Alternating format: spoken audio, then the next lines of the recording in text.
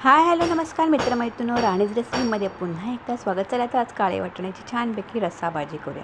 काळे वाटाणे मोडारून घेतलेले, छानपैकी रात्री भिजवून घेतलेले आणि एक दिवस मस्त की भिजून त्याचे मस्त मोड आणून घेतले. इथे बघा छानपैकी काळ्या वाटणामध्ये मस्त तेलामध्ये काळा वाटाणा टाकून घेतला आहे. जिऱ्या मोहऱ्याची फोडणी देऊ शकता तुम्ही, मी नाही दिलं तर काळा वाटाणा आणि कढीपत्ता टाकून घेतला आहे.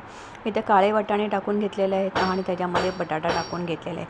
हळद मीठ हिंग मसाला टाकून घ्यायचा आहे, लाल तिखट टाकून घ्यायचा आणि इकडून तिकडून परतून घ्यायचा. जेवढा रस्सा पाहिजे थोडा पाणी टाकायचं, अगदी गरम पाणी टाकलं तरी चालेल, नॉर्मल पाणी टाकलं तर काही हरकत नाही. तर मी इथं कुकरला लावते म्हणून मग थंडच पाणी वापरणार आहे. छान कुकरला 2-3 शिट्या काढायच्या आणि छानपैकी काळ्या वाटणाची रस्साभाजी छान तयार होते. कोथिंबीर टाकले भरपूर सारी आणि छान कुकरला 3 शिट्या काढलेल्या आहेत. हलवून घ्यायचं म्हणजे एकजीव होतो सगळं आणि छानपैकी अशी काळ्या वाटणाची रस्साभाजी किंवा उसळ म्हणा किंवा आमटी म्हणा, काहीच हरकत नाही. तुमच्याकडे काय म्हणतं लगेच कमेंटमध्ये सांगा. छान 3 शिट्या काढून मस्त बघा रस्साभाजी तयार आहे.